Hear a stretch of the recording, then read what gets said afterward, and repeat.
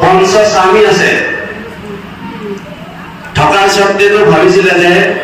এইকেইজনে মোক বচাব নোৱাৰিলেও পিতামহ ভীষ্ম আছে গুৰু দ্ৰোণাচাৰ্য আছে গতিকে মোক নিশ্চয় কৃষ্ণই হলেও বচাবই এইটো হৈছে বিশ্বাস যেতিয়া কোনো ৰক্ষা কৰিব পৰা নাই তেতিয়া এখন হাতে বস্ত্ৰ ধৰি আনখন হাতে ভগৱানক সেৱা কৰি জনাইছে এইটো হৈছে দৃঢ় বিশ্বাস ভগৱন্ত আহিল ভগৱন্তই কৈছে দে দ্ৰৌপদী তোমাৰ গাত কিমান শক্তি আছে কিন্তু ভগৱন্তই ৰক্ষা তেতিয়ালৈকে পোৱা নাছিল শেষত দ্ৰৌপদীয়ে ভাবিলে যে মোক আৰু ভগৱন্ত বাহিৰে কোনো ৰক্ষা কৰিব নোৱাৰে তেতিয়া দুইখন হাতেৰে ভগৱন্তক প্ৰাৰ্থনা জনাইছে হে প্ৰভু মোৰ এই দেহ নহয় আজি যদি সন্মান পাবলগীয়া আছে সেয়া আপোনাৰে আজি যদি অপমান পাবলগীয়া আছে সেয়া আপোনাৰে আপুনিহে পাব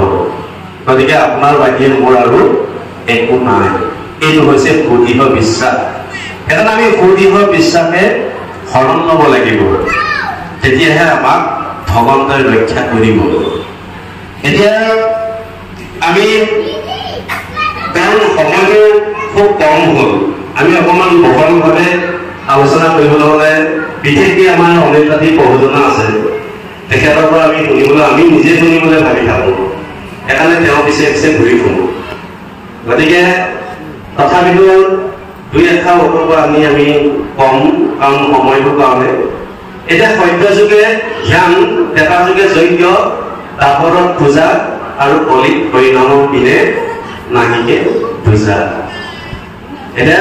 কলিযুগ বুলি কৈছে এতিয়া কলিযুগৰ ধৰ্ম কি আৰু কলি কোন কলি ক'ত থাকে এই কথাটো আমি প্ৰথম জানিব লাগিব এই সম্পৰ্কে দীপিকাৰ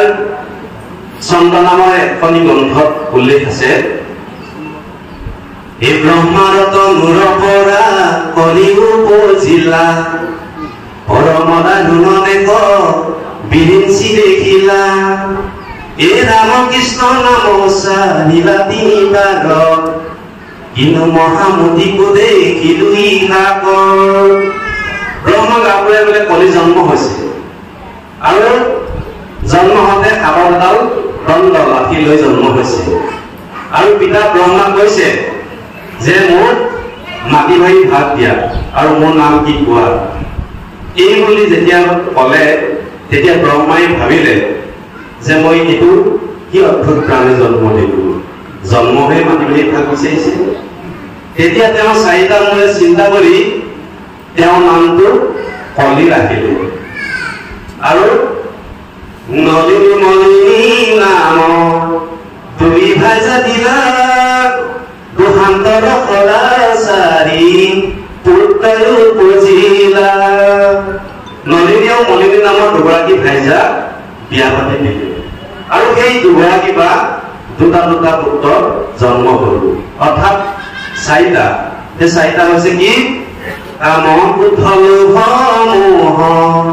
চাৰি পুত্ৰ জাতক গৰ্ব অহংকাৰ দুই মন্ত্ৰী যে বৈখ্যাত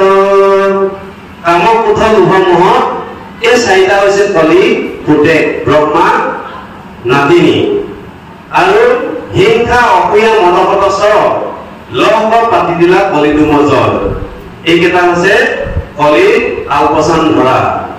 এই যেতিয়া পৰিয়ালটো আহিলে এতিয়া কলিক মাতি মাৰি ভাত দিব লাগিব নহয় কি বুলি দিলে বিৰিঞ্চি বুলন্ত কলি ভুনা দুষ্ট চিত তিন স্থানৰ ৰাজা খুয়া থাক পৃথিৱীত যত ধৰ্ম কৰ্ম মানে তন্তমত সয়ক হবাহাৰে অধিকাৰী হবি নিশ্চয় তোমাক মই গোটেই পৃথিৱীখনকে দি দিলো তাত তুমি ৰজা হৈ বাস কৰিব পাৰিবা আৰু যত দণ্ডমণ্ড কৰা ঠাই তাত তুমি থাকিব পাৰিবা। যত ধৰ্ম কৰ্ম মানে দণ্ডমণ্ড ছয় সমাহাৰে অধিকাৰী, তোমাক মই তাত অধিকাৰী পাতি দিলো। এই বুলি কোৱাৰ লগে লগে এদিন ৰজা পৰীক্ষিতে অৰ্থাৎ কলিয়ে ধৰ্মৰ তিনি পথ ভাঙি দিলে। মাত্ৰ সত্য নামৰ ভৰিখনে বাচি আছে। সেইখন কোবাই থাকোতে তাত গৈ ৰজা পৰীক্ষিত উপস্থিত হল। আৰু ৰজা পৰীক্ষিতে সেই কোবাই থকা দৃশ্যটো দেখি হাতত তৰোৱাল লৈ গৰ্জন কৰি কলিক বধ কৰিবৰ কাৰণে খেদি গল। আৰু কলিয়ে ৰজা পৰীক্ষিতক দেখাৰ লগে লগে চৰণত সেৱা জনাই দণ্ডৱতে পৰি তেওঁ প্ৰাৰ্থনা জনালে যে সেই মহাৰাজ, মই আৰু পুনৰ দ্বিতীয়বাৰ এনেকুৱা ভুল কাম নকৰো, মোক ক্ষমা কৰক। এই বুলি কোৱাৰ লগে লগে ৰজা পৰীক্ষিতে কলে যে সেই কলি, তই যদি জীয়াই থাকিবলৈ ইচ্ছা কৰিছ তেতিয়াহ'লে মোৰ ৰাজ্যৰ পৰা তুমি বাহিৰলৈ যোৱা। কাৰণ তই অধৰ্ম, বন্ধু, পাপৰ পুত্ৰতা, তোৰ কলহ কাজিয়া, চোৰ ডকাইত, মিছলীয়া, নিচা মায়া, কুলক্ষণী এইবিলাক তোমাৰ কৰ্ম। যদি তুমি ইয়াত থাকা তেতিয়াহ'লে এই অধৰ্ম